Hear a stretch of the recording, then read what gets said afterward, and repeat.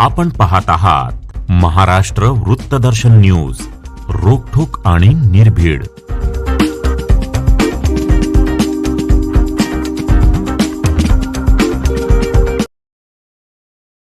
सांगली शहरातील संजयनगर परिसरातील ST colony येथे घडलेल्या थरारक गोळीबाराच्या घटनेने संपूर्ण सांगली जिल्हा हादरला आहे। 4 ते 5 हल्लेखोरांनी घरात घुसून 13 वर्षीय वेदांत मारुती बंडगर याची गोळ्या झाडून निर्घृण हत्या केली। या घटनेमुळे परिसरात भीतीचे वातावरण पसरले असून नागरिकांमध्ये संताप व्यक्त होत आहे।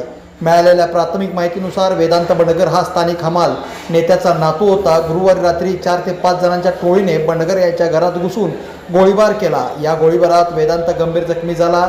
त्याला तातडीने उपचारासाठी रुग्णालयात हलवण्यात आले, मात्र उपचारापूर्वीच त्याचा मृत्यू झाल्याचे डॉक्टरांनी घोषित केले आहे। घटनेची माहिती मिळताच पोलीस अधीक्षक तुषार दोशी, वरिष्ठ पोलीस अधिकारी तसेच मोठा पोलीस फौजफाटा घटनास्थळी दाखल झाला। पोलिसांनी परिसराची नाकेबंदी करून हल्लेखोरांचा शोध सुरू केला आहे। घटनास्थळावरून महत्त्वाचे पुरावे गोळा करण्यात येत असून सीसीटीव्ही फुटेजही तपासणी सुरू आहे। प्राथमिक तपासात माथाडी कामगारांमधील जुन्या वादातून ही घटना घडल्याचा संशय पोलिसांनी व्यक्त केला आहे। मात्र हत्येमागील नेमके कारण आणि हल्लेखोरांची ओळख अद्याप स्पष्ट झालेली नाही। या प्रकरणाचा सर्व बाजूने तपास सुरू असून आरोपींना लवकरच अटक करण्यात येईल असा विश्वास पोलिसांनी व्यक्त केला आहे। अल्पवयीन मुलाची घरात घुसून हत्या झाल्याने सांगली शहरात खळबळ उडाली असून या घटनेमुळे कायदा व सुव्यवस्थेचा प्रश्न पूर्ण ऐरणीवर आला आहे। पोलीस तपासाच्या पुढील घडामोडीकडे संपूर्ण जिल्ह्याचे लक्ष लागलेलं आहे। प्राथमिक माहितीनुसार संध्याकाळी 6:30च्या दरम्यान अभयनगर एरियामध्ये बाळासाहेब बंडगर यांचा नातू वेदांत बंडगर वय वर्ष 14 याचा फायरिंग इन्सिडेंटमध्ये खून झालेला आहे। आरोपी हे एका गाडीमध्ये आले, साधारणतः 4 आरोपी होते असं सांगण्यात येते। त्यांनी गाडीमध्ये येऊन त्यांनी पॉईंट ब्लँक फायर केलं।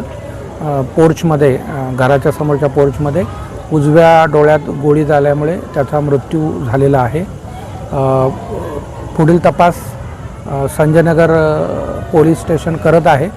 तपासात LCB आणि इतर टीम्स या काही संशयित आरोपी आणि इतर माहितीच्या आधारे शोध घेण्याकरता रवाना करण्यात आलेले आहेत। आजूबाजूचे जिल्हे यांनाही नाकाबंदीकरता सतर्क करण्यात आलेलं आहे। पुढील तपास सांगली पोलीस करत आहेत।